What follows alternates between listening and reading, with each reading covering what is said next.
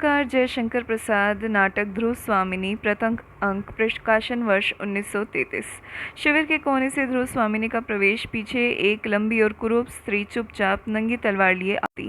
ध्रुव स्वामिनी सामने पर्वत की ओर देखकर, सीधा तना हुआ अपने प्रभुत्व की साकार कठोरता, अब्रभेदी उन्मुक्त शिखर और इन शुद्र कोमल निरीह लताओं और पौधों को इसके चरण में लौटना ही चाहिए ना। साथ वाली कड़कधारिणी की ओर देखकर, क्यों मंदाकिनी नहीं आई? वह उत्तर नहीं देती।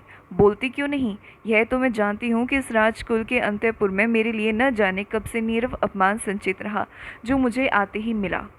किंतु क्या तुम जैसी दासियों से भी वही मिलेगा? इसी शैलमाला की तरह मौन रहने का अभिनय तुम न करो, बोलो। वह दांत निकालकर विनय प्रकट करती हुई कुछ और आगे बढ़ने का संकेत करती है। अरे यह क्या? मेरे भाग्य विधाता, यह कैसा इंद्रजाल! उस दिन राज महापुरोहितों ने कुछ आहुतियों के बाद मुझे आशीर्वाद दिया था, क्या वह अभिशाप था? इस राज के अंतःपुर में सब जैसे एक रहस्य छिपाए हुए चलते हैं, बोलते हैं और मौन हो जाते हैं।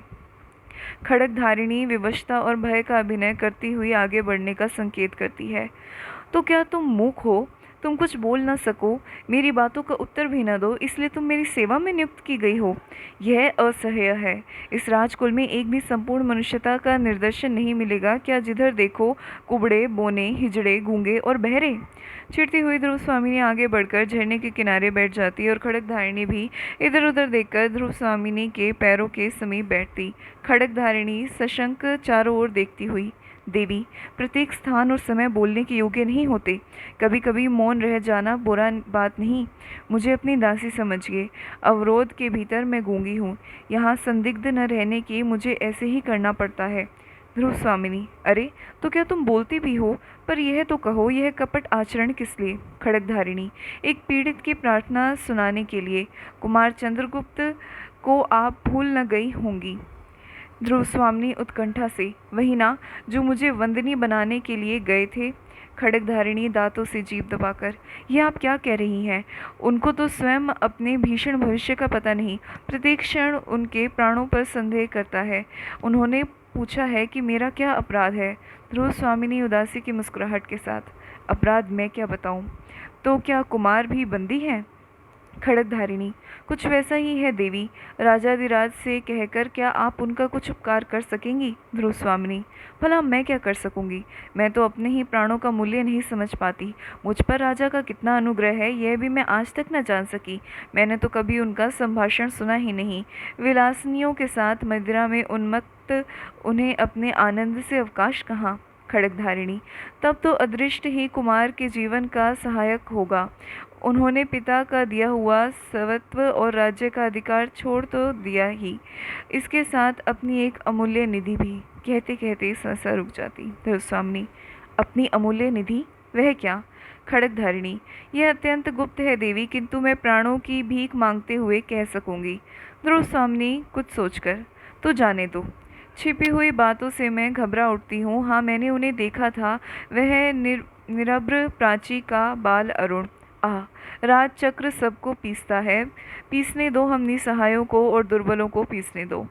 देवी, वह वलरी जो झरने के समीप पहाड़ी पर चढ़ गई, उसकी नन्ही नन्ही पत्तियों को ध्यान से देखने पर आप समझ जाएंगी कि वह किस जाति की है। प्राणों की क्षमता बढ़ा लेने पर वह काई जो विचलन बनकर गिरा सकती है, वह दूसरों के ऊपर चढ़ने का अवलंब बन गई है। वह बहुत दूर की बात है। आह, कितनी कठोरता है! मनुष्य के हृदय में देवता को हटाकर राक्षस कहाँ से घुस आता है? कुमार का स्निग्ध, सरल और सुंदर मूर्ति को देखकर कोई भी प्रेम से पुलकित हो सकता, किंतु उन्हीं का भाई? आश्चर्य! खड़गधारिणी, कुमार को इतने में ही संतोष होगा कि उन्हें कोई विश्वास पूर्वक स्मरण कर लेता है। रही अभ्युदय की बात, सो तो उनको अपने बाहुबल और भाग्य पर ही विश्वास है। ध्रुव स्वामिनी, किंतु उन्हें कोई ऐसा साहस का काम न करना चाहिए जिनसे उनकी परिस्थिति और भी भयानक हो जाए। खड़गधारिणी खड़ी होती है। अच्छा, तो अब तू जा और अपने मौन संकेत से किसी दासी को यहाँ भेज दे। मैं अभी यहीं बैठना चाहती हूँ। खड़गधारिणी नमस्कार करके जाती और एक दासी का प्रवेश। दासी हाथ जोड़कर, देवी, सायकाल हो चुका, वनस्पतियाँ शिथिल होने लगी। देखिए, नवव्योम विहारी पक्षियों का झुंड भी अपने नीड़ों में प्रसन्न कोलाहल से लौट रहा। क्या भीतर चलने की अभी इच्छा नहीं? ध्रुव स्वामिनी, चलूंगी क्यों नहीं, किंतु मेरा नीड़ कहाँ? यह तो स्वर्ण पिंजर है। करुण भाव से उठकर दासी के कंधे पर हाथ रखकर चलने को उद्यत होती। नेपथ्य में कोलाहल। महादेवी कहाँ हैं? उन्हें कौन बुलाने गई है?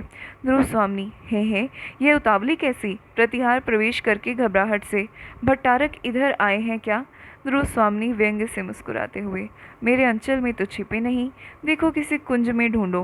प्रतिहारी संभ्रम से, अरे महादेवी क्षमा कीजिए, युद्ध संबंधी एक आवश्यक संवाद देने के लिए महाराज को खोजती हुई मैं इधर आ गई।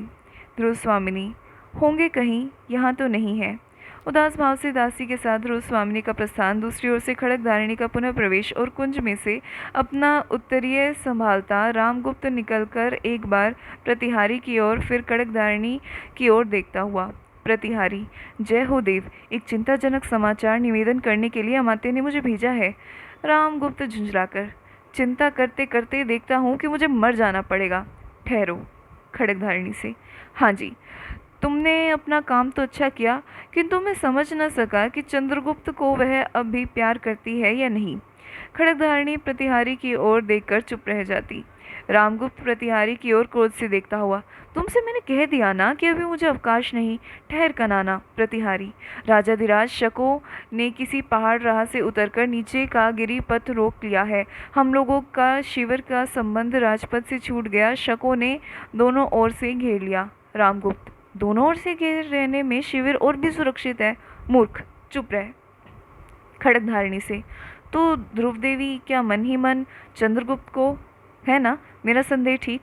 प्रतिहारी, हाथ जोड़कर, अपराध क्षमा हो देव, अमात्य युद्ध परिषद में आपकी प्रतीक्षा कर रहे हैं। रामगुप्त हृदय पर हाथ रखकर, युद्ध तो यहाँ भी चल रहा है, देखती नहीं?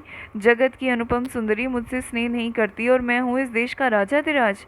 प्रतिहारी, महाराज शकराज का संदेश लेकर एक दूत भी आया है। रामगुप्त, आह, कितनी ध्रुव देवी उसके मन की टीस है। जो स्त्री दूसरे के शासन में रहकर और प्रेम किसी अन्य पुरुष से करती है, उसमें गंभीर और व्यापक रस उद्वेलित रहता है। वही तो नहीं, जो चंद्रगुप्त से प्रेम करेगी वह स्त्री न जाने कब चोट कर बैठे, भीतर भीतर न जाने कितने कुचक्र घूमने लगेंगे। खड़गधारिणी से, सुना ना, ध्रुव देवी से कह देना चाहिए कि वह मुझे और मुझसे ही प्यार करे, केवल महादेवी बन जाना ठीक नहीं। खड़गधारिणी का प्रतिहारी के साथ प्रस्थान और शिखर स्वामी का प्रवेश। शिखर स्वामी, कुछ आवश्यक बात कहनी है देव। रामगुप्त चिंता से उंगली हिलाते हुए जैसे अपने आप बातें कर रहा हो। ध्रुव देवी को लेकर क्या साम्राज्य से भी हाथ धोना पड़ेगा? नहीं तो फिर ठीक, तो सहसा मेरे राजदंड ग्रहण कर लेने से पुरोहित, अमात्य और सेनापति लोग छिपा हुआ विद्रोह भाव रखते हैं। शिखर से, है ना, केवल एक तुम ही मेरे विश्वास पात्र हो, समझा ना? यही गिरिपथ सब झगड़ों का अंतिम निर्णय करेगा। क्यों अमात्य, जिसकी भुजाओं में बल न हो उसके मस्तिष्क में तो कुछ होना चाहिए। शिखर स्वामी एक पत्र लेकर, पहले इसे पढ़ लीजिए। रामगुप्त पत्र पढ़ते पढ़ते आश्चर्य से चौंक उठता। चौंकिए मत, यह घटना इतनी आकस्मिक है कि कुछ सोचने का अवसर नहीं मिला। रामगुप्त ठहर कर, है तो ऐसा ही, किंतु एक बार ही मेरे प्रतिकूल भी नहीं, मुझे इसकी संभावना पहले से भी थी। शिखर स्वामी आश्चर्य से, तब तो महाराज ने अवश्य ही कुछ सोच लिया होगा। मेघ संकुल आकाश की तरह जिसका भविष्य घिरा हो, उसकी बुद्धि को तो बिजली के समान चमकना ही चाहिए। रामगुप्त सशंक, कह दूं सोचा तो है मैंने, परंतु क्या तुम उसका समर्थन करोगे? शिखर स्वामी, यदि नीति युक्त हुआ तो अवश्य समर्थन करूंगा। सबसे विरुद्ध रहने पर भी स्वर्गीय आर्य समुद्रगुप्त की आज्ञा के प्रतिकूल मैंने ही आपका समर्थन किया था। नीति सिद्धांत के आधार पर ज्येष्ठ राजपुत्र हो। रामगुप्त बाट काट कर, वह तो मैं जानता हूँ, किंतु इस समय जो प्रश्न सामने आ गया है उस पर विचार करना चाहिए। यह तुम जानते हो कि मेरी इस विजय यात्रा का कोई गुप्त उद्देश्य है, उसकी सफलता भी सामने दिखाई पड़ रही है। हाँ, थोड़ा सा साहस चाहिए। वह क्या? शकदूत संधि के लिए जो प्रमाण चाहता है उसे अस्वीकार न करना चाहिए। ऐसा करने में इस संकट के बहाने जितनी विरोधी प्रकृति है उस सबको हम लोग सहज ही हटा सकेंगे। शिखर स्वामी, भविष्य के लिए यह चाहे अच्छा हो, किंतु इस समय तो हमको बहुत से विघ्नों का सामना करना पड़ेगा। रामगुप्त हंसकर, तुम्हारी बुद्धि कब काम में आवेगी? और हाँ, चंद्रगुप्त के मनोभाव का कुछ पता लगा? कोई नई बात तो नहीं। मैं देखता हूँ कि मुझे पहले अपने अंतःपुर के ही विद्रोह का दमन करना होगा। ध्रुव देवी के हृदय में चंद्रगुप्त की आकांक्षा धीरे धीरे जाग रही। शिखर स्वामी, यह असंभव नहीं, किंतु महाराज इस समय आपको दूत से साक्षात करके उपस्थित राजनीति पर ध्यान देना चाहिए। यह एक विचित्र बात है कि प्रबल पक्ष संधि के लिए संदेश भेजे। रामगुप्त, विचित्र हो चाहे सचित्र अमात्य, तुम्हारी राजनीतिज्ञता इसी में है, भीतर और बाहर के सब शत्रु एक ही चाल में परास्त हों। तुम चलो। दोनों का प्रस्थान। मंदाकिनी सशंक भाव से प्रवेश। मंदाकिनी चारों ओर देखकर, भयानक समस्या है। मूर्खों ने स्वार्थ के लिए राज्य के गौरव का सर्वनाश करने का निश्चय कर लिया। सच है, वीरता जब भागती है तब उसके पैरों से राजनीतिक छल छंद की धूल उड़ती है। कुमार चंद्रगुप्त को यह सब समाचार शीघ्र ही मिलना चाहिए। गूंगे के अभिनय में महादेवी के हृदय का आवरण तनिक सा हटा है, किंतु वह थोड़ा सा स्निग्ध भाव भी कुमार के लिए कम महत्व नहीं रखता। कुमार चंद्रगुप्त, कितना समर्पण का भाव है उसमें, और उसका बड़ा भाई रामगुप्त, कपटाचारी रामगुप्त। जी करता है इस कुलुषित वातावरण से कहीं दूर विस्मृत में अपने को छिपा लूं, पर मंदा, तुझे विधाता ने क्यों बनाया? नहीं, मुझे हृदय कठोर करके अपना कर्तव्य करने के लिए यहाँ रुकना होगा, न्याय का दुर्बल पक्ष ग्रहण करना होगा। गाती है, यह कसक अरे आंसू सहजा, बनकर विनम्र अभिमान मुझे मेरा अस्तित्व बता रह जा। बन प्रेम छलक कोने कोने अपनी नीरव गाथा कह जा, करुणा बन दुखिया वसुधा पर शीतलता फैलाता बह जा। जाती है ध्रुव स्वामिनी का उदास भाव से धीरे धीरे प्रवेश। पीछे एक परिचारिका पान का डिब्बा और दूसरी चमर लिए आती है। ध्रुव स्वामिनी एक मेज पर बैठकर अक्षरों पर उंगली रखकर कुछ सोचने लगती और चमरश धरणी चमर चलाने लगती। ध्रुव स्वामी दूसरी परिचारिका से, हाँ, क्या कहा? शिखर स्वामी कुछ कहना चाहते हैं? कह दो, कल सुनूंगी, आज नहीं। परिचारिका जैसी आ गया, मैं तो कह आऊँ कि अमात्य से कल महादेवी बात करेंगी। ध्रुव स्वामी ने कुछ छोड़कर, ठहरो तो, वह गुप्त साम्राज्य का अमात्य है, उससे आज ही भेंट करना होगा। हाँ, यह तो बताओ तुम्हारे राजकुल में नियम क्या है? पहले अमात्य की मंत्रणा सुननी पड़ती है, तब राजा से भेंट होती है। परिचारिका दांतों से जीभ दबाकर, ऐसा नियम तो मैंने नहीं सुना। यह युद्ध शिविर है ना, परम भट्टारक को अवसर न मिला होगा। महादेवी, आप संदेह न करना चाहिए, मैं महादेवी ही हूँ ना। यदि ये सत्य है तो क्या तुम मेरी आज्ञा से कुमार चंद्रगुप्त को यहाँ बुला सकती हो? मैं चाहती हूँ कि अमात्य के साथ ही कुमार से भी कुछ बातें कर लूँ।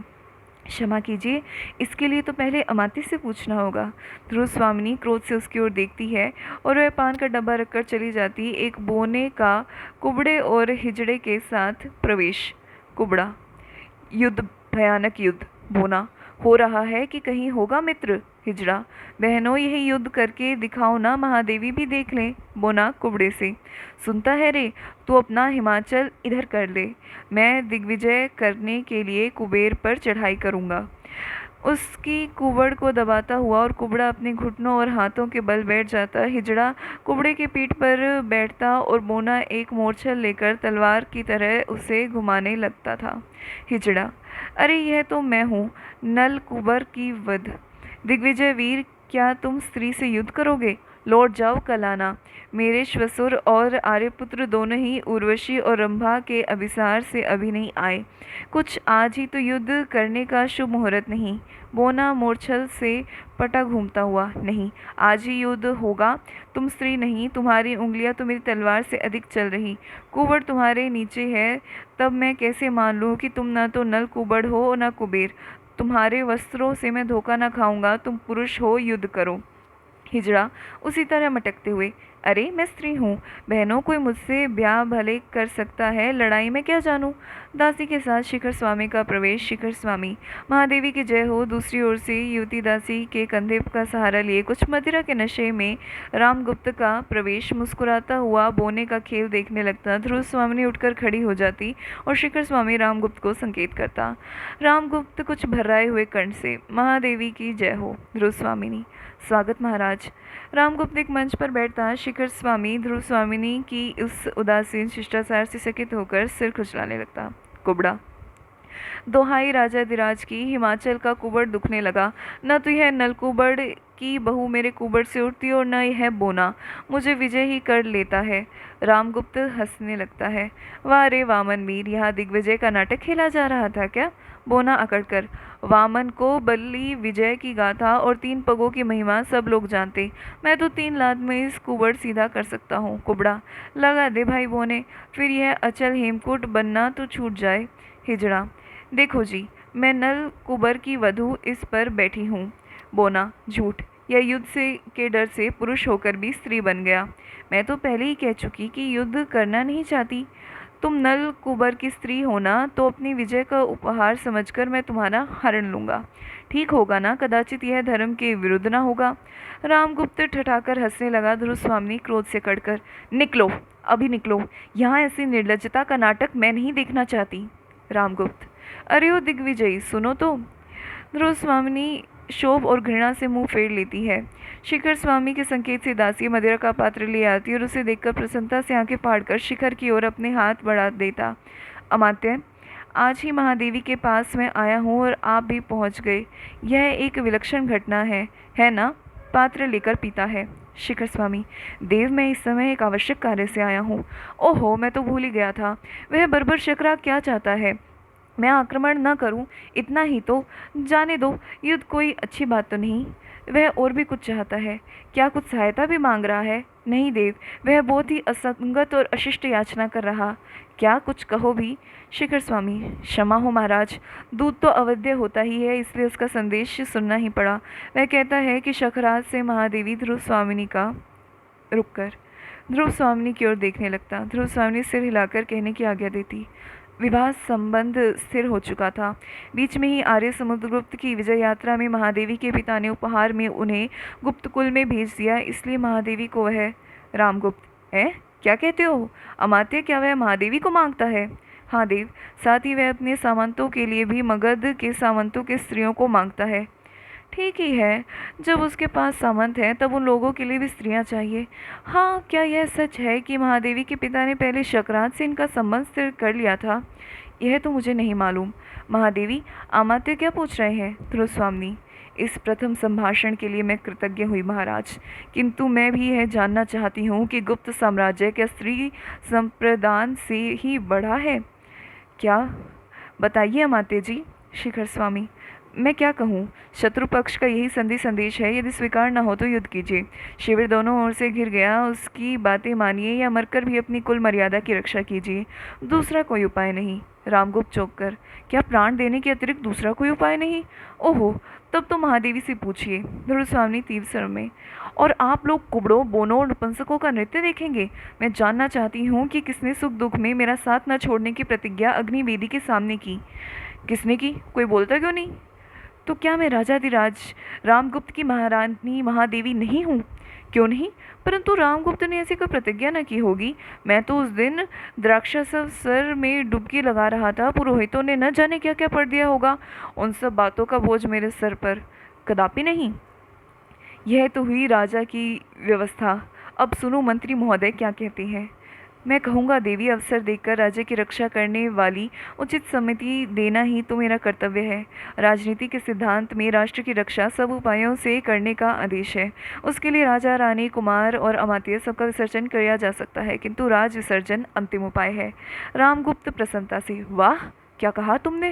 तभी तो लोग तुम्हें नीतिशास्त्र का बृहस्पति समझते हैं। ध्रुव स्वामी, अमात्य, तुम बृहस्पति तो चाहे शुक्र, किंतु धूर्त होने से ही क्या मनुष्य भूल नहीं सकता? आर्य समुद्रगुप्त के पुत्र को पहचानने में तुमने भूल तो नहीं की? सिंहासन पर भ्रम से किसी दूसरे को तो नहीं बिठा दिया? रामगुप्त आश्चर्य से, क्या क्या? ध्रुव स्वामी, कुछ नहीं, मैं केवल यही कहना चाहती हूँ कि पुरुषों ने स्त्रियों को अपनी पशु संपत्ति समझकर उन पर अत्याचार करने का अभ्यास बना लिया। वह मेरे साथ नहीं चल सकता। यदि तुम मेरी रक्षा नहीं कर सकते, अपने कुल की मर्यादा, नारी का गौरव नहीं बचा सकते, तो मुझे बेच भी नहीं सकते हो। हाँ, तुम लोगों को आपत्ति से बचाने के लिए मैं स्वयं यहाँ से चली जाऊँगी। शिखर स्वामी मुँह बनाकर, ओह, राजनीति में ऐसी बातों का स्थान नहीं। जब तक नियम के अनुकूल संधि का पूर्ण रूप से पालन न किया जाए, तब तक संधि का कोई अर्थ ही नहीं। देखती हूँ कि इस राष्ट्र रक्षा यज्ञ में रानी की बलि होगी ही। दूसरा कोई उपाय नहीं। उपाय नहीं तो न हो। निर्लज अमात्य, फिर ऐसा प्रस्ताव मैं सुनना नहीं चाहती। रामगुप्त चौंक कर, इस छोटी सी बात के लिए इतना बड़ा उपद्रव? दासी की ओर देखकर, मेरा तो कंठ सूखने लगा। वह मदिरा देती है। ध्रुव स्वामिनी दृढ़ता से, अच्छा, तो अब मैं चाहती हूँ कि अमात्य अपने मंत्रणा गृह में जाए। मैं केवल रानी ही नहीं, किंतु स्त्री भी हूँ। मुझे अपने को पति कहलाने वाले पुरुष से कुछ कहना है, राजा से नहीं। शिखर स्वामी का दासियों के साथ प्रस्थान। रामगुप्त, ठहरो, मैं भी चलता हूँ। उठना चाहता है। ध्रुव स्वामी हाथ पकड़कर रोक लेती। तुम मुझसे क्या कहना चाहती हो? ध्रुव स्वामी ठहकर, अकेले यहाँ भय लगता है क्या? बैठिए, सुनिए। मेरे पिता ने उपहार स्वरूप कन्यादान किया था, किंतु गुप्त सम्राट क्या अपनी पत्नी शत्रु को उपहार में देंगे? देखिए, मेरी ओर देखिए। मेरे स्त्रीत्व का क्या इतने का ही अधिकार नहीं कि अपने को स्वामी समझने वाले पुरुष उसके लिए प्राणों का पण लगा सकें? रामगुप्त उसे देखता हुआ, तुम सुंदर हो, ओह कितनी सुंदर, किंतु सोने की कटार पर मुग्ध होकर उसे कोई अपने हृदय में डुबा नहीं सकता। तुम्हारी सुंदरता, तुम्हारा नारीत्व अमूल्य हो सकता है, फिर भी अपने लिए मैं स्वयं कितना आवश्यक हूँ, कदाचित तुम यह नहीं जानती हो। ध्रुव स्वामिनी उसके पैरों को पड़कर, मैं गुप्त कुल की वधू होकर इस राज परिवार में आई हूँ, इसी विश्वास पर।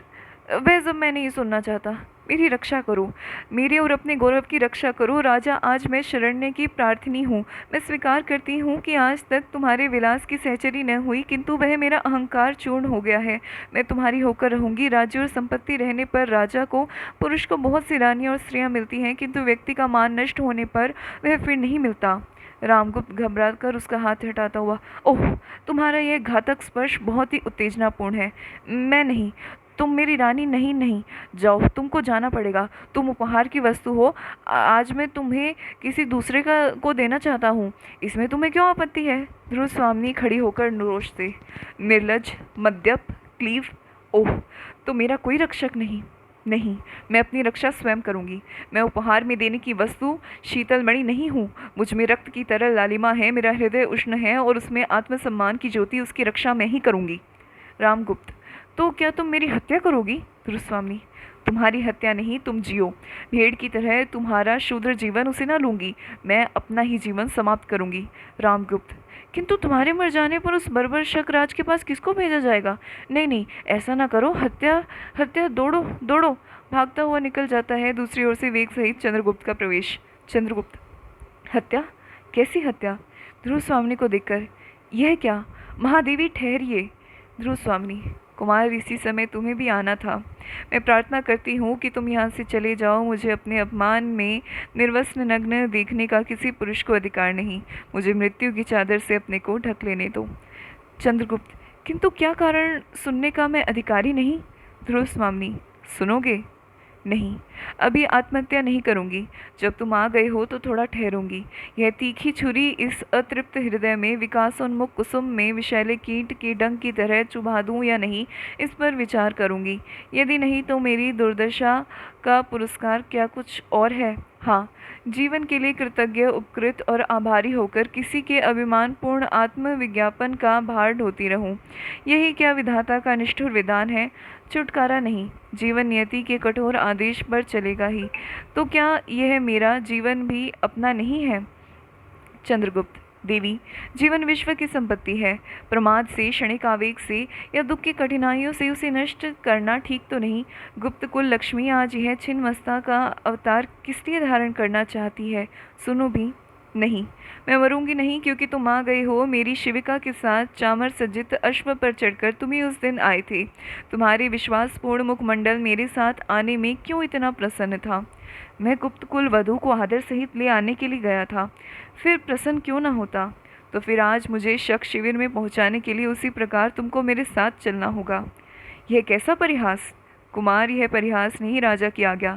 शकराज को मेरी अत्यंत आवश्यकता है। यह अवरोध बिना मेरे उपहार दिए नहीं हट सकता। यह नहीं हो सकता। महादेवी, जिस मर्यादा के लिए, जिस महत्व को स्थिर रखने के लिए मैंने राजदंड ग्रहण न करके अपना मिला हुआ अधिकार छोड़ दिया, उसका यह अपमान। मेरे जीवित रहते आर्य समुद्रगुप्त के स्वर्गीय गर्व को इस तरह पददलित होना न पड़ेगा। और भी एक बात है, मेरे हृदय के अंधकार में प्रथम किरण सी आकर जिसने अज्ञात भाव से अपना मधुर आलोक ढाल दिया था, उसको भी मैं केवल इसीलिए भूलने का प्रयत्न किया कि।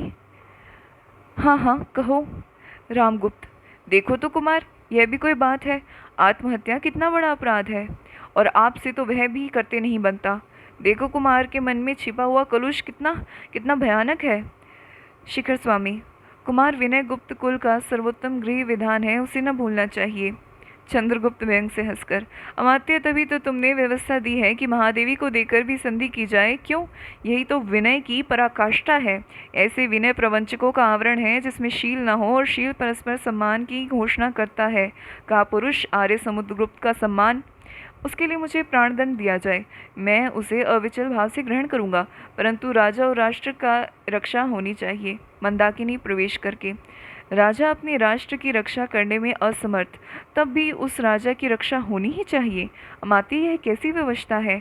तुम मृत्यु दंड के लिए उत्सुक, महादेवी आत्महत्या करने के लिए प्रस्तुत, फिर यह हिचक क्यों? एक बार अंतिम बल से परीक्षा कर देखो, बचोगे तो राष्ट्र और सम्मान भी बचेगा, नहीं तो सर्वनाश।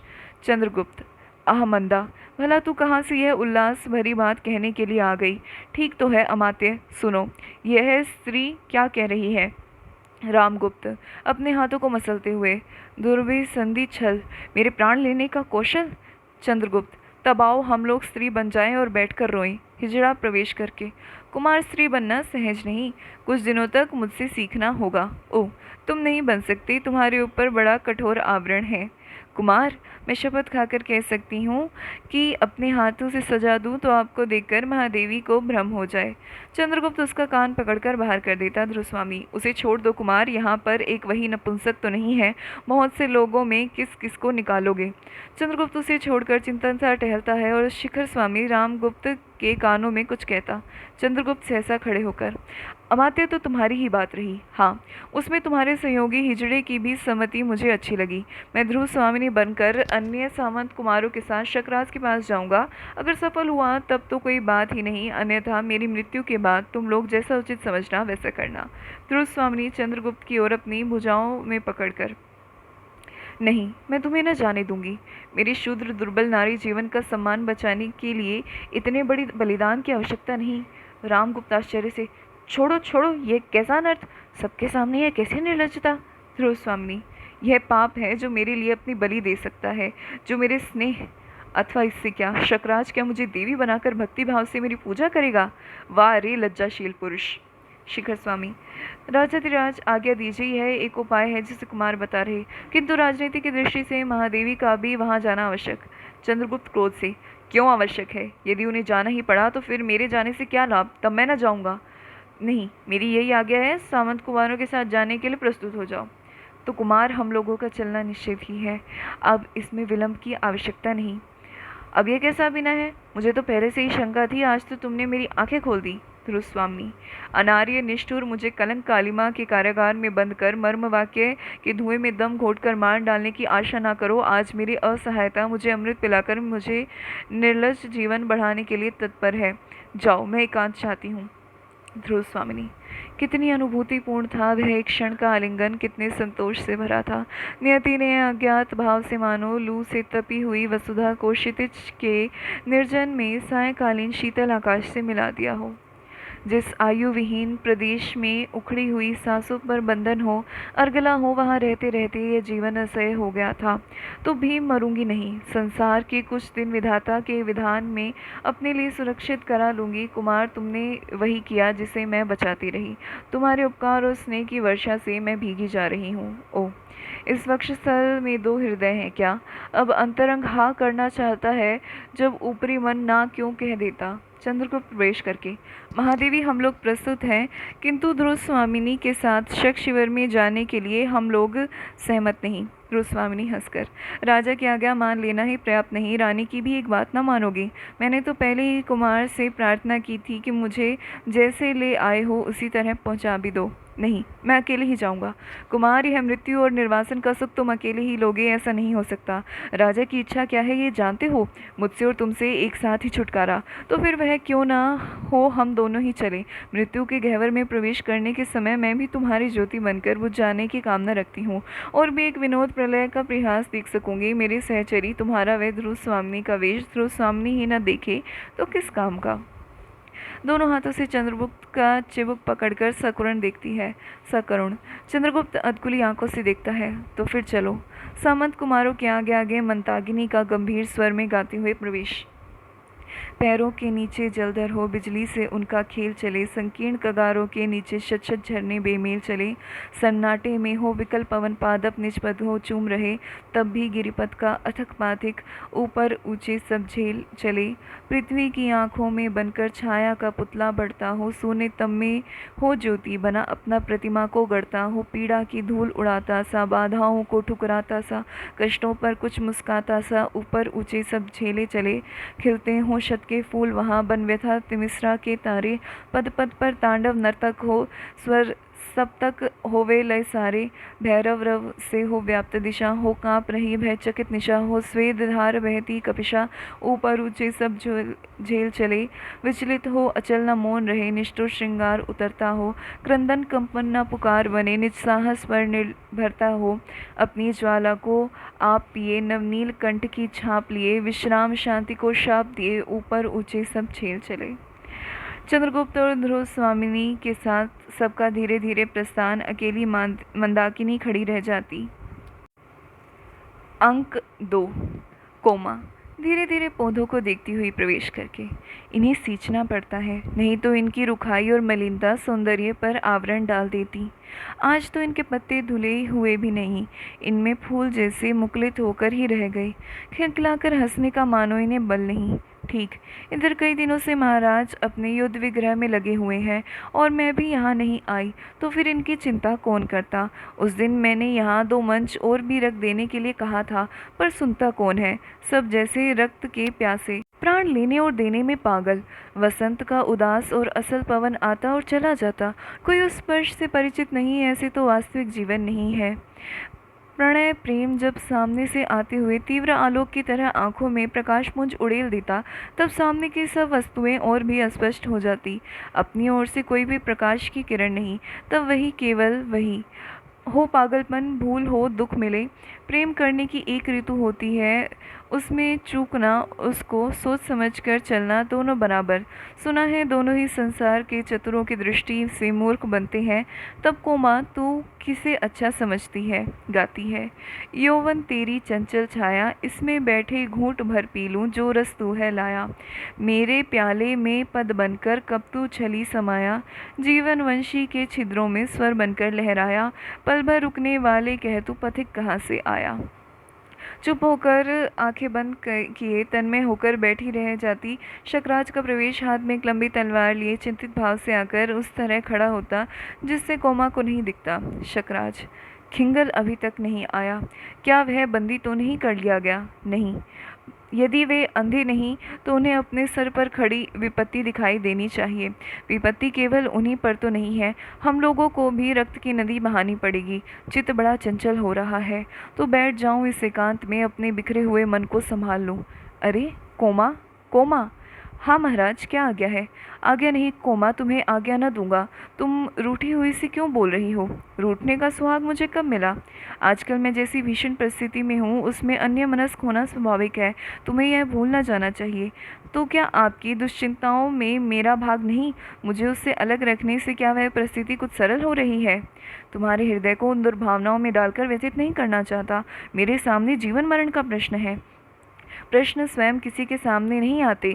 मैं तो समझती हूँ मनुष्य उन्हें जीवन के लिए उपयोगी समझता, मकड़ी की तरह लटकने के लिए अपने आप ही जाला बुनता। जीवन का प्राथमिक प्रसन्न उल्लास मनुष्य के भविष्य में मंगल और सौभाग्य को आमंत्रित करता है, उससे उदासीन न होना चाहिए महाराज। शकराज, सौभाग्य और दुर्भाग्य मनुष्य की दुर्बलता का नाम है। मैं तो पुरुषार्थ को ही सबका नियामक समझता हूँ। पुरुषार्थ ही सौभाग्य को खींच लाता है। हाँ, मैं इस युद्ध के लिए उत्सुक नहीं था कोमा, मैं ही दिग्विजय के लिए नहीं निकला था। संसार के नियम के अनुरूप आप अपने से महान के सम्मुख थोड़ा सा विनीत बनकर इस उपद्रव से अलग रह सकते थे। यही तो मुझसे नहीं हो सकता। अभावमयी लघुता में मनुष्य अपने को महत्वपूर्ण दिखाने का अभिनय न करे तो क्या अच्छा नहीं? यह शिक्षा भी रहने दो कोमा, मैं किसी से बड़ा नहीं तो छोटा भी नहीं बनना चाहता। तुम अभी तक पाषाणी प्रतिमा की तरह वहीं खड़ी हो, मेरे पास आओ। पाषाणी? हाँ राजा, पाषाणी के भीतर भी कितने मधुर स्रोत बह रहे हैं। उनमें मदिरा नहीं, शीतल जल की धारा बहती है, प्यासों की तृप्ति। किंतु मुझे तो इस समय स्फूर्ति के लिए एक प्याला मदिरा ही चाहिए। कोमा, मैं ले आती हूँ, आप बैठिए। क्यों जी, क्या समाचार है? खिंगल।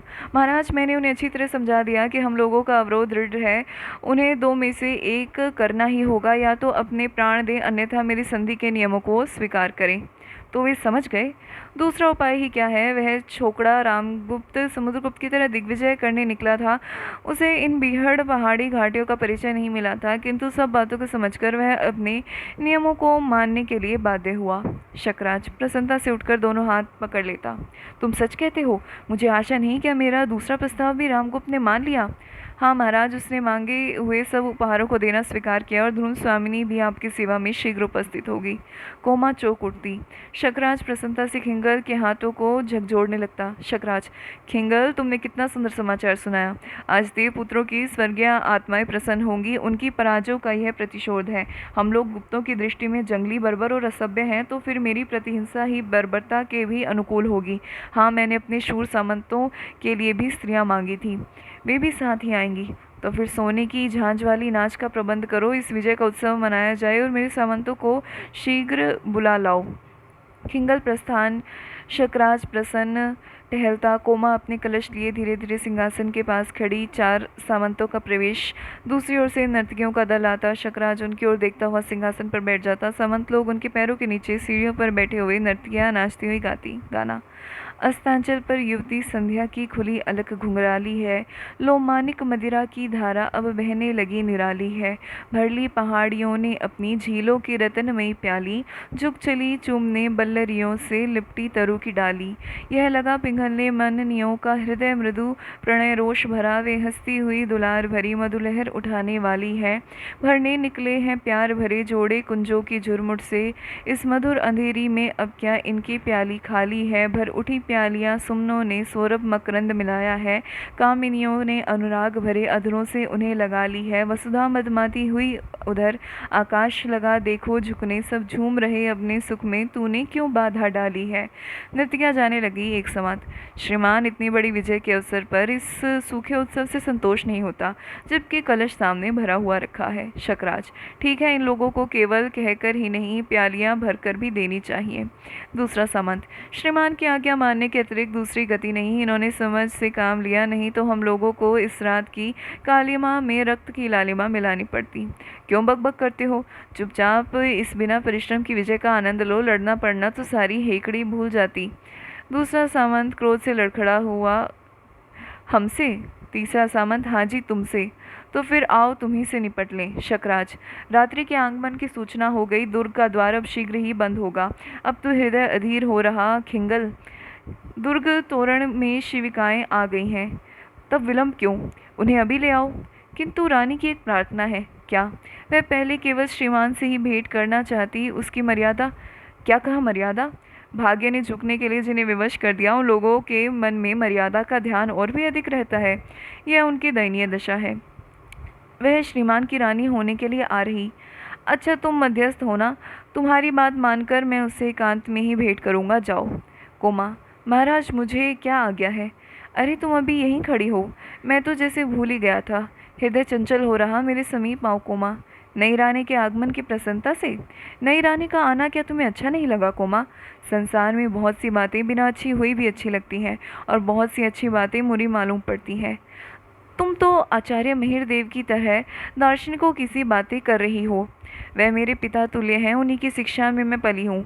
हाँ ठीक है, जो बातें राजा को अच्छी लगी वे ही मुझे भी रुचनी ही चाहिए। अच्छा, तुम इतनी अनुभूतिमय हो, यह मैं आज जान सका। कोमा, राजा तुम्हारी स्नेह सूचनाओं की सहज प्रसन्नता और मधुर आलापों ने जिस दिन मन के नीरस और नीरव शून्य में संगीत की, वसंत की, मकरंद की सृष्टि की थी, उस दिन से मैं अनुभूतिमय बन गई हूँ। क्या वह मेरा भ्रम था? कह दो कि वह तेरी भूल थी। उत्तेजित कोमा सर उठाकर राजा से आंखें मिलाती। शकराज सोचकर, संकोच से, नहीं कोमा, वह भ्रम नहीं था। मैं सचमुच तुमसे प्यार करता हूँ। तब भी यह बात? कौन सी बात? वही जो आज होने जा रही। मेरे राजा, आज तुम एक स्त्री को अपने पति से विच्छिन्न कराकर अपने गर्व की तृप्ति के लिए कैसा अनर्थ कर रहे हो? पागल कोमा, वह मेरी राजनीति का प्रतिशोध है। किंतु राजनीति का प्रतिशोध क्या एक नारी को कुचले बिना नहीं हो सकता? जो विषय ना समझ में आवे उस पर विवाद ना करो। मैं क्यों ना करूं? किंतु नहीं, मुझे विवाद करने का अधिकार नहीं है, मैं समझ गई। धर्म पूज्य मैं वंदना करता हूँ। मिहिरदेव कल्याण हो।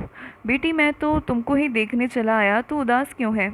शकराज, आचार्य रामगुप्त का दर्प दलन करने के लिए मैंने ध्रुव स्वामिनी को उपहार में भेजने की आज्ञा उसे दी थी।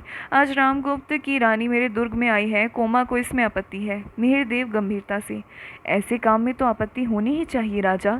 स्त्री का सम्मान नष्ट करके तुम जो भयानक अपराध करोगे उसका फल क्या अच्छा होगा? और भी यह अपनी भावी पत्नी के प्रति तुम्हारा अत्याचार होगा। भावी पत्नी? मिहिरदेव, अरे क्या तुम इस क्षणिक सफलता से प्रमत्त हो जाओगे? क्या तुमने अपने आचार्य की प्रतिपालिता कुमारी के साथ स्नेह का संबंध नहीं स्थापित किया है? क्या इसमें भी संदेह है? राजा, स्त्रियों का स्नेह विश्वास भंग कर देना कोमल तंतु को तोड़ने से भी सहज है, परंतु सावधान होकर उसके परिणाम को भी सोच लो। मैं समझता हूँ कि आप मेरे राजनीतिक कामों में हस्तक्षेप ना करें तो अच्छा है। राजनीति ही मनुष्यों के लिए सब कुछ नहीं है। राजनीति के पीछे नीति से भी हाथ न धो बैठो। जिसका विश्व मानव के साथ व्यापक संबंध है, राजनीति की साधारण चलनाओं से सफलता प्राप्त करके क्षण भर के लिए तुम अपने को चतुर समझने की भूल कर सकते हो, परंतु इस भीषण संसार में एक प्रेम करने वाले हृदय को खो देना सबसे बड़ी हानि है शकराज। दो प्यार करने वाले हृदयों के बीच में स्वर्गीय ज्योति का निवास है। शकराज, बस बहुत हो चुका। आपके महत्व की भी कोई सीमा होगी। अब आप यहाँ से नहीं जाते तो मैं ही चला जाता। प्रस्थान। मिहिरदेव, चल कोमा, हम लोगों को लताओं, वृक्षों और चट्टानों से छाया और सहानुभूति मिलेगी। इस दुर्ग से बाहर चल। पिताजी, बेटी हृदय को संभाल, कष्ट सहन करने के लिए प्रस्तुत हो जा। प्रताड़ना में बड़ा मोह है, उसे छोड़ने को मन नहीं करता। कोमा, छल का बहिरंग सुंदर है, विनीत और आकर्षक है भी, पर दुखदाई और हृदय को वेदने के लिए इस बंधन को तोड़ डाल। कोमा, तोड़ डालूं पिताजी? मैंने जिसे अपने आंसुओं से सींचा वह दुलार भरी वल्लरी मेरे आंख बंद कर चलने में मेरे ही पैरों से उलझ गई। दे दूं एक झटका, उसके हरी हरी पत्तियां कुचल जाएं और वह छिन्न होकर धूल में लौटने लगे। न, ऐसी कठोर आज्ञा न दे। मिहिरदेव, यह तेरी भलाई होती तो मैं चलने के लिए न कहता। यहाँ तेरी भलाई होती तो मैं चलने के लिए नहीं कहता। हम लोग अखरोट की छाया में बैठेंगे, झरनों के किनारे दाग के कुंजों में विश्राम करेंगे। जब नीले आकाश में मेघों के टुकड़े मानसरोवर जाने वाले हंसों का अभिनय करेंगे, तब तू अपनी तकली पर ऊन काटती हुई कहानी कहेगी और मैं सुनूंगा। तो चलूं एक घड़ी के लिए मुझे? तू नहीं मानती। वह देख, नील लोहित रंग का धूमकेतु अविचल भाव से इस दुर्ग की ओर कैसे भयानक संकेत कर रहा। तब एक क्षण मुझे, पागल लड़की, अच्छा मैं फिर आऊँगा, तू सोच ले, विचार कर ले। जाना ही होगा। तब यह मन की उलझन क्यों? अमंगल का विशाप अपनी क्रूर हंसी से इस दुर्ग को कंपा देगा और सुख के स्वप्न विलीन हो जाएंगे। मेरे यहाँ रहने से उन्हें अपने भावों को छिपाने के लिए बनावटी व्यवहार करना होगा। पग पग पर अपमानित होकर मेरे हृदय उसे सह न सकेगा। तो चलो, यही ठीक है। पिताजी ठहरिए, मैं आती हूँ। शकराज, कोमा, जाती हूँ महाराज। ओह, भयावनी पूँछ वाले धूमकेतु, आकाश का उच्छृंखल पर्यटक नक्षत्र, लोक का अभिशाप। कोमा, आचार्य को बुलाओ, वे जो आदेश देंगे वही मैं करूँगा। इस अमंगल की शांति होनी चाहिए। वे बहुत चिढ़ गए हैं, अब उनको प्रसन्न करना सहज नहीं। वे मुझे अपने साथ लेवा जाने के लिए मेरी प्रतीक्षा करते हैं। कोमा, पिताजी के साथ और मेरा प्यार, मेरा स्नेह सब बुला दोगी? इस अमंगल की शांति करने के लिए आचार्य को ना समझाओगी? प्रेम का नाम न लो, वह एक पीड़ा थी जो छूट गई, उसकी कसक भी धीरे धीरे दूर हो जाएगी। राजा, मैं तुमसे प्यार नहीं करती, मैं तो दर्प से दीप्त तुम्हारी महत्वमयी पुरुष मूर्ति की पुजारी थी, जिसमें पृथ्वी पर अपने पैरों से खड़े रहने की दृढ़ता थी। इस स्वार्थ मलिन कुलूष से भरी मूर्ति से मेरा परिचय नहीं। अपने तेज की अग्नि में जो सब कुछ भस्म कर सकता हो, उसे दृढ़ता का आकाश के नक्षत्र कुछ बना बिगाड़ नहीं सकते। तुम आशंका मात्र से दुर्बल, कंपित और भयभीत हो। शकराज धूमकेतु को बार बार देखता हुआ, भयानक। कोमा, मुझे बचाओ। जाती हूँ महाराज, पिताजी मेरी प्रतीक्षा करते हैं। प्रहरी। महाराज, ध्रुव स्वामिनी ने पूछा है कि एकांत हो तो आऊँ? हाँ, कह दो कि एकांत है, और देखो यहाँ कोई दूसरा ना आने पावे।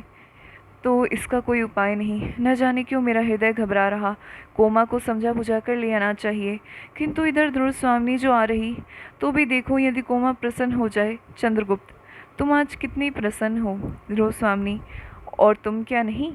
मेरे जीवन निशित का ध्रुव नक्षत्र इस घोर अंधकार में अपनी स्थिर उज्ज्वलता से चमक रहा। आज महोत्सव है ना। लौट जाओ, इस तुच्छ नारी जीवन के लिए इतना महान उत्सर्ग की आवश्यकता नहीं। देवी, यह तुम्हारा क्षणिक मोह है, मेरी परीक्षा न लो। मेरे शरीर ने चाहे जो रूप धारण किया हो, किंतु हृदय निश्चल है। अपनी कामना की वस्तु ना पाकर यह आत्महत्या जैसा प्रसंग तो नहीं। तीखे वचनों से मर्माहत करके भी आज कोई मुझे इस मृत्यु पक्ष से विमुख नहीं कर सकता। मैं केवल अपना कर्तव्य करूं, इसी में मुझे सुख है। शकराज, मैं किसको रानी समझूं? रूप तो ऐसा तीव्र आलोक नहीं, मैंने कभी नहीं देखा था। इसमें कौन ध्रुव स्वामिनी है?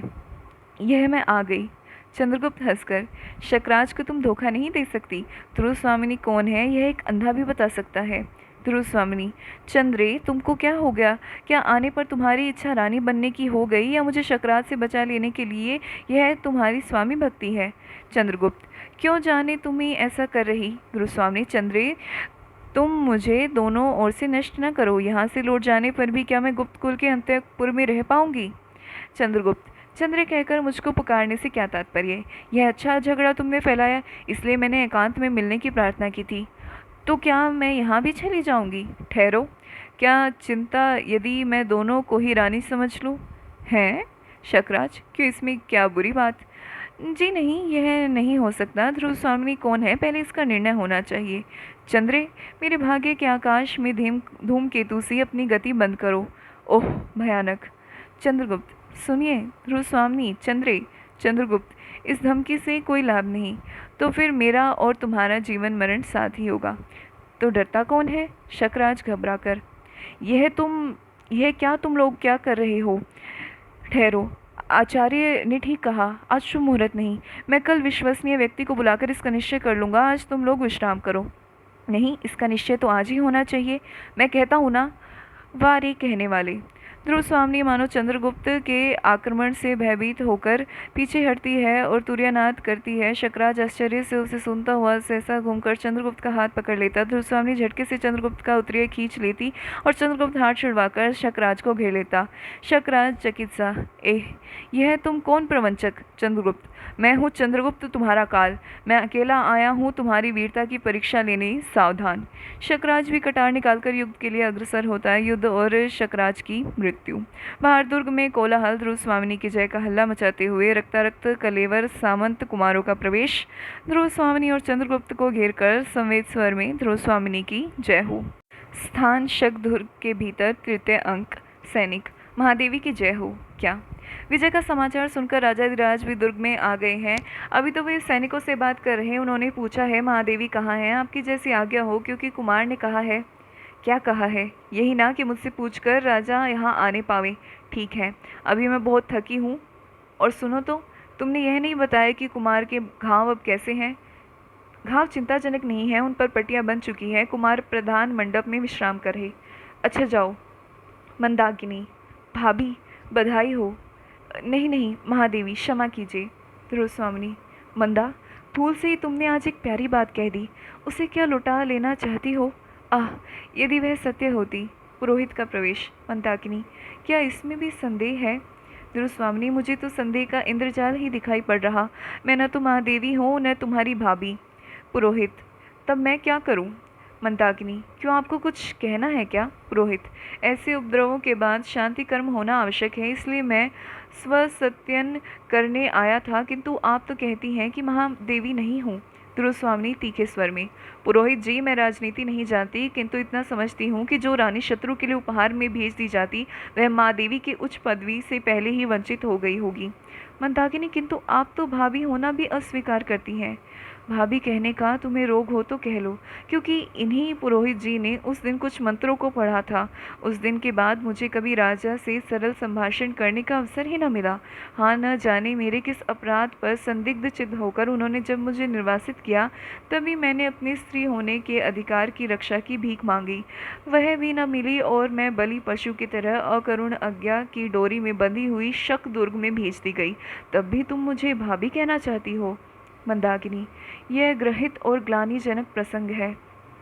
पुरोहित, यह मैं क्या सुन रहा हूँ? मुझे तो यह जानकर प्रसन्नता हुई थी कि वीर रमणी की तरह अपने साहस के बल पर महादेवी इस दुर्ग पर अपना अधिकार किया है। आप झूठ बोलते हैं। मैं और झूठ? हाँ, आप और झूठ नहीं, स्वयं आप ही मिथ्या हैं। क्या आप वेदांत की बात कहती हैं, तब तो संसार मिथ्या ही है। संसार मिथ्या है या नहीं यह तो मैं नहीं जानती, परंतु आपका कर्मकांड और आपके शास्त्र क्या सत्य हैं जो सदैव रक्षणीय स्त्रियों की यह दुर्दशा हो रही है? बेटी तुम ही बताओ, यह मेरा भ्रम है या महादेवी का रोष? रोष है, हाँ, मैं रोष से जली जा रही। इतना बड़ा उपहास धर्म के नाम पर स्त्री आज्ञाकारिता की है पैशाचिक परीक्षा मुझसे बलपूर्वक ली गई। पुरोहित, तुमने जो मेरे राक्षस विवाह किया राया है, उसका उत्सव भी कितना सुंदर है। यह जनसंहार देखो, अभी उस प्रकोष्ठ में रक्त सनी हुई शकराज की लोथ पड़ी होगी। कितने ही सैनिक दम तोड़ते होंगे, और इस रक्तधारा में तिरती हुई मैं राक्षसी सी सांस ले रही तुम्हारे स्वसत्यन मुझे शांति देगा? मंदाकिनी, आर्य, आप बोलते क्यों नहीं? आप धर्म के नियामक हैं। जिन स्त्रियों को धर्म बंधन में बांधकर उनकी सम्मति के बिना आप उनका सब अधिकार छीन लेते हैं, तब क्या धर्म के पास कोई प्रतिकार, कोई संरक्षण नहीं रख छोड़ते, जिससे वे स्त्रियां अपनी आपत्ति में अवलंब मांग सकें? क्या भविष्य में सहयोग की कोरी कल्पना से उन्हें आप संतुष्ट रहने की आज्ञा देकर विश्राम ले लेते हैं? पुरोहित, नहीं, स्त्री और पुरुष का परस्पर विश्वासपूर्ण अधिकार, रक्षा और सहयोग ही तो विवाह कहा जाता है। यदि ऐसा ना हो तो धर्म और विवाह खेल है। खेल हो या ना हो, किंतु एक क्लीव पति के द्वारा परित्यक्त नारी का मृत्युमुख में जाना ही मंगल है। उसे स्वसत्यन और शांति की आवश्यकता नहीं। पुरोहित, यह मैं क्या सुन रहा हूँ? विश्वास नहीं होता। यदि ये बातें सत्य हैं, तब तो मुझे फिर से एक बार धर्मशास्त्र को देखना पड़ेगा। मिहिरदेव के साथ कोमा का प्रवेश। ध्रुवस्वामिनी, तुम लोग कौन हो? कोमा, मैं पराजित शक जाति की एक बालिका हूँ, और मैंने प्रेम किया था। इस घोर अपराध का तुम्हें क्या दंड मिला? वही जो स्त्रियों को प्राय मिला करता है, निराशा, निष्पीड़न और उपहास। रानी, मैं तुमसे भीख मांगने आई हूँ। शत्रुओं के लिए मेरे पास कुछ नहीं। अधिक हट करने पर दंड मिलना भी असंभव नहीं। महिरदेव, पागल लड़की हो चुका ना, अब भी तू न चलेगी। मंदाकिनी, तुम चाहती क्या हो? कोमा, रानी, तुम भी स्त्री हो, क्या स्त्री का व्यथा न समझोगी? आज तुम्हारे विजय का अंधकार तुम्हारे शाश्वत स्त्रीत्व को ढक ले, किंतु सबके जीवन में एक बार प्रेम की दीपावली जलती है। चली होगी अवश्य, तुम्हारे भी जीवन में वह आलोक का महोत्सव आया होगा, जिसमें हृदय हृदय को पहचानने का प्रयत्न करता है, उदार बनता है और सर्वस्व दान करने का उत्साह रखता। मुझे शकराज का शव चाहिए। ध्रुवस्वामिनी सोचकर, जलो। प्रेम के नाम पर जलना चाहती हो तो तुम उस शव को ले जाकर जलो। जीवित रहने पर मालूम होता कि तुम्हें अधिक शीतलता मिल चुकी है। अवश्य तुम्हारा जीवन धन्य है। सैनिक से इसे ले जाने दो।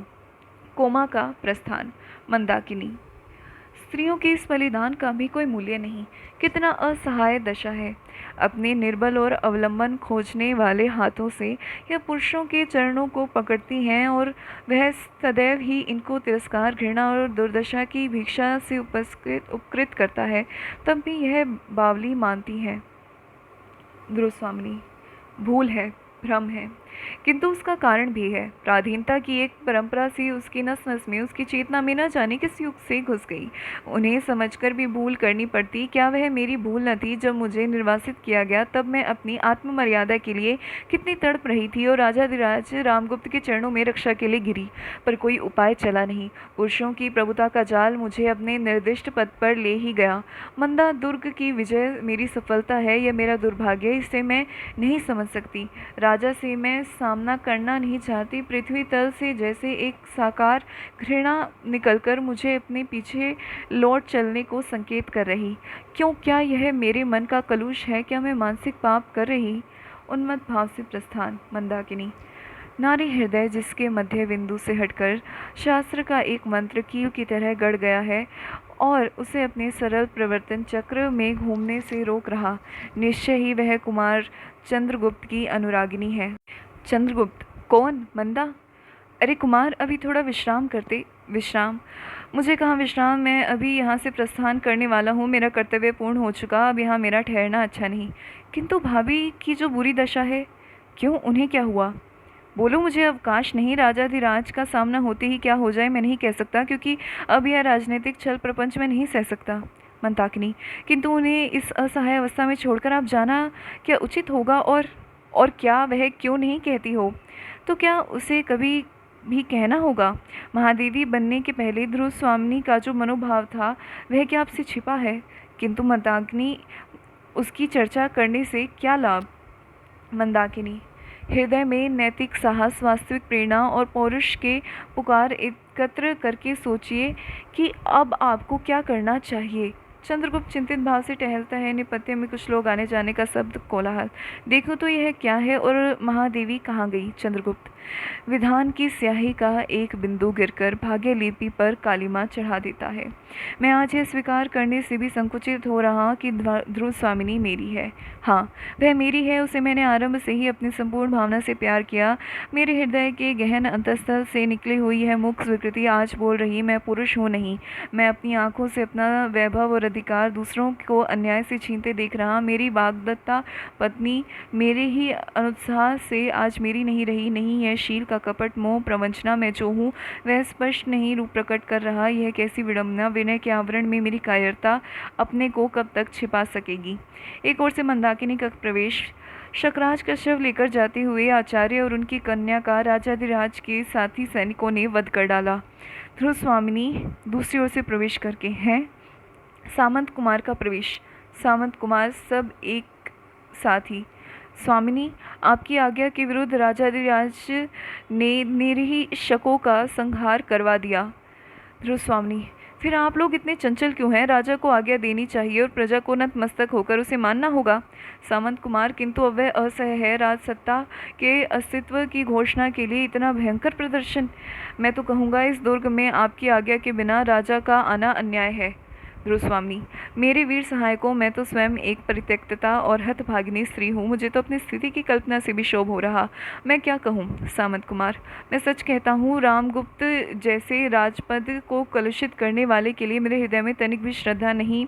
विजय का उत्साह दिखाने यहाँ वे किसी मुँह से आए जो हिंसक, पाखंडी, शिव और क्लिव हों। रामगुप्त, क्या कहा? फिर से तो कहना। सामंत गुप्त, गुप्त काल के कौरव का कलंक कालिमा के सागर में निमज्जित करने वाले। शिखर स्वामी, चुप रहो। क्या तुम लोग किसी के बहकावे से आवेश में आ गए हो? कुमार, यह क्या हो रहा है? रामगुप्त, दुर्विनीत, पाखंडी, पामरों, तुम्हें इस धृष्टता का क्रूर दंड भोगना पड़ेगा। इन विद्रोहियों को बंदी करो। रामगुप्त के सैनिक आकर सामंत कुमारों को बंदी बनाते। रामगुप्त का संकेत पाकर सैनिक लोग चंद्रगुप्त की ओर भी बढ़ते और चंद्रगुप्त श्रृंखला में बन जाता। ध्रुव स्वामी, कुमार, मैं कहती हूँ तुम प्रतिवाद करो। किस अपराध के लिए यह दंड ग्रहण कर रहे हो? कुचक्र करने वाले क्या बोलेंगे? रामगुप्त, ध्रुव स्वामी, और जो लोग बोल सकते हैं, जो अपनी पवित्रता की धुन भी बजाते हैं, वे सब के सब साधु होते हैं ना? कुमार, तुम्हारी जिह्वा पर कोई बंधन नहीं? कहते क्यों नहीं कि मेरा यही अपराध है, कि मैंने कोई अपराध नहीं किया? रामगुप्त, महादेवी, ध्रुव स्वामी, झटक दो इन लोह श्रृंखलाओं को। यह मिथ्या ढोंग कोई नहीं सहेगा, तुम्हारे क्रोध दुर्दैव भी नहीं। महादेवी, चुप रहो। कौन महादेवी? राजा, क्या अब भी मैं महादेवी ही हूँ जो शकराज की शैया के लिए कृतदासी की तरह भेजी गई? वह भी महादेवी? आश्चर्य। शिखर स्वामी, देवी इस राजनीति चातुरी में जो सफलता। चुप रहो प्रवंचना के पुतले, स्वार्थ से घृणित प्रपंच, चुप रहो। तो तुम महादेवी नहीं हो ना? नहीं, मैं मनुष्य की दी हुई मैं उपाधि लौटा देती हूँ, और मेरी सहधर्मिणी धर्म ही इसका निर्णय करेगा। क्या इसमें भी संदेह? उसे अपने हृदय से पूछे कि क्या मैं वास्तव में सहधर्मिणी हूँ? पुरोहित, नहीं, मैं नहीं जाऊँगा। प्राणी मात्र के अंतःस्थल में जागृत रहने वाले महान विचारक धर्म की आज्ञा मैं न टाल सकूं। अभी जो प्रश्न अपनी गंभीरता के भीषण होकर आप लोगों के विचलित कर रहा, मैं उसका उत्तर देने का अधिकारी हूँ। विवाह का धर्मशास्त्र से घनिष्ठ संबंध है। ध्रुव स्वामी, आप सत्यवादी ब्राह्मण हैं, कृपया करके बतलाइए। शिखर स्वामी, मैं समझता हूँ कि यह विवाद अधिक बढ़ने से कोई लाभ नहीं। ध्रुव स्वामी, नहीं, मेरी इच्छा है इस विवाद का अंत करने की। आज यह निर्णय हो जाना चाहिए कि मैं कौन हूँ। रामगुप्त, ध्रुव स्वामी, निर्लजता की भी एक सीमा होती है। ध्रुव स्वामी, मेरी निर्लजता का दायित्व क्लीव का पुरुष पर है। स्त्री की लज्जा लूटने वाले उस दस्यु के लिए मैं। रामगुप्त, चुप रहो। तुम्हारे पर पुरुष में अनुरूप हृदय अत्यंत कलुषित हो गया। तुम काल सर्पणी सी स्त्री। ओह, तुम्हें धर्म का तनिक भी भय नहीं। शिखर, इसे भी बंदी करो। पुरोहित, ठहरिए महाराज, ठहरिए, धर्म की ही बात मैं सोच रहा। शिखर स्वामी, मैं कहता हूँ कि तुम चुप न रहोगे तो तुम्हारी भी यही दशा होगी। मंदाकिनी, उसे रोको। महाराज, पुरुषार्थ का इतना बड़ा प्रहसन अबला पर ऐसा अत्याचार यह गुप्त सम्राट के लिए शोभा नहीं देता। रामगुप्त, क्या देखते हो जी? चंद्रगुप्त, मैं भी आर्य समुद्रगुप्त का पुत्र हूँ और शिखर स्वामी, तुम यह अच्छी तरह जानते हो कि मैं ही उनके द्वारा निर्वाचित युवराज भी हूँ।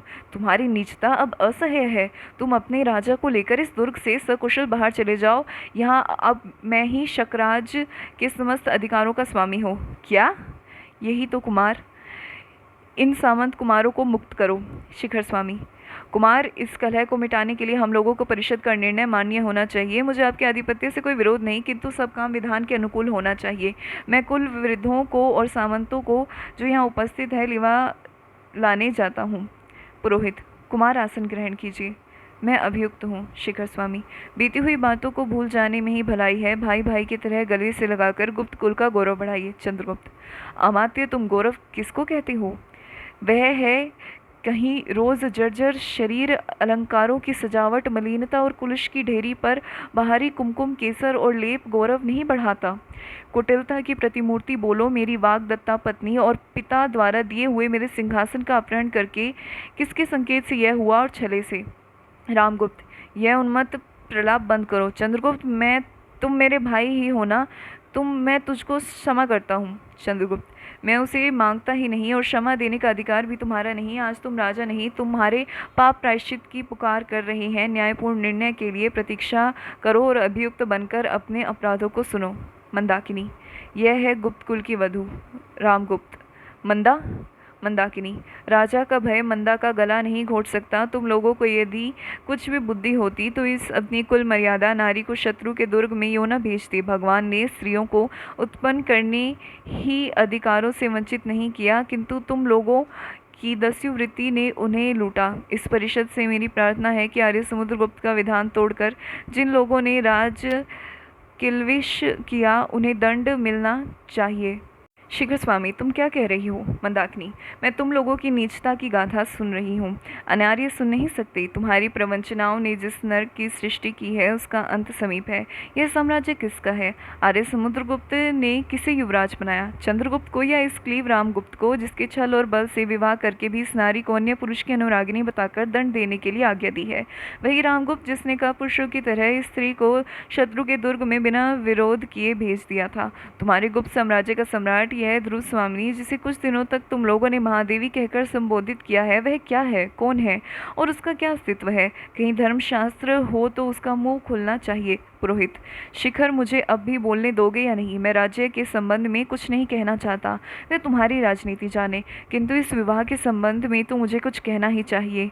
कहिए देव, आप ही तो धर्मशास्त्र के मुख हैं। पुरोहित, विवाह की विधि ने देवी ध्रुव स्वामिनी और रामगुप्त को एक भ्रांति बंधन में बांध दिया। धर्म का उद्देश्य इस तरह पद दलित नहीं किया जा सकता। माता और पिता के प्रमाण के कारण से धर्म विवाह केवल परस्पर द्वेष से टूट नहीं सकते, परंतु यह संबंध उस प्रमाणों से भी विहीन है। और भी, यह रामगुप्त मृत और प्रवर्जित तो नहीं, पर गौरव से नष्ट, आचार से पतित और कर्मों से राज किल्विशी क्लीव है। ऐसी अवस्था में रामगुप्त का ध्रुव स्वामी पर कोई अधिकार नहीं है। रामगुप्त खड़ा होकर क्रोध से, मूर्ख, तुमको मृत्यु का भय नहीं? पुरोहित, तनिक भी नहीं। ब्राह्मण केवल धर्म से भयभीत है, अन्य किसी भी शक्ति को वह तुच्छ समझता है। तुम्हारे बधिक मुझसे धार्मिक सत्य कहने से रोक नहीं सकते। उन्हें बुलाओ, मैं प्रस्तुत हूँ। मंदाकिनी, धन्य हो ब्रह्मदेव। शिखर स्वामी, किंतु निर्भीक पुरोहित, तुम क्लीव शब्द का प्रयोग कर रहे हो। पुरोहित हंसकर, राजनीतिक दस्यु, तुम शास्त्रार्थ न करो। क्लीव, श्री कृष्ण ने अर्जुन को क्लीव किस लिए कहा? जिसे अपनी स्त्री को दूसरे के अंगगामिनी बनने के लिए भेजने में कुछ संकोच नहीं, वह क्लीव नहीं तो और क्या है? मैं स्पष्ट कहता हूँ, धर्मशास्त्र रामगुप्त से ध्रुव स्वामिनी के मोक्ष की आज्ञा देता है। परिषद के सब लोग, अनार्य, पतित और क्लीव रामगुप्त गुप्त साम्राज्य के पवित्र राज सिंहासन पर बैठने का अधिकारी नहीं। रामगुप्त, तुम सब पाखंडी हो, विद्रोही हो। मैं अपने न्यायपूर्ण अधिकार को तुम्हारे जैसे कुत्तों के भौंकने पर न छोड़ूंगा। शिखर स्वामी, किंतु परिषद का विचार तो मानना ही होगा। रामगुप्त रोने के स्वर में, शिखर, तुम भी ऐसे ही कहते हो। नहीं, मैं ये नहीं मानूंगा। ध्रुव स्वामी, राम, तुम अभी इस दुर्ग से बाहर जाओ। यह परिवर्तन, तो मैं सचमुच कलीब हूँ क्या? धीरे धीरे हटता हुआ चंद्रगुप्त के पीछे पहुंचकर उसे कटार निकालकर मारना चाहता है। चंद्रगुप्त को विपिन देखकर कुछ लोग चिल्ला उठते। जब तक चंद्रगुप्त घूमता है तब तक एक सामंत कुमार रामगुप्त पर प्रवाह करके चंद्रगुप्त की रक्षा कर लेता। रामगुप्त गिर पड़ता। सामंत कुमार राजाधिराज चंद्रगुप्त की जय हो। परिषद महादेवी ध्रुव स्वामिनी की जय हो।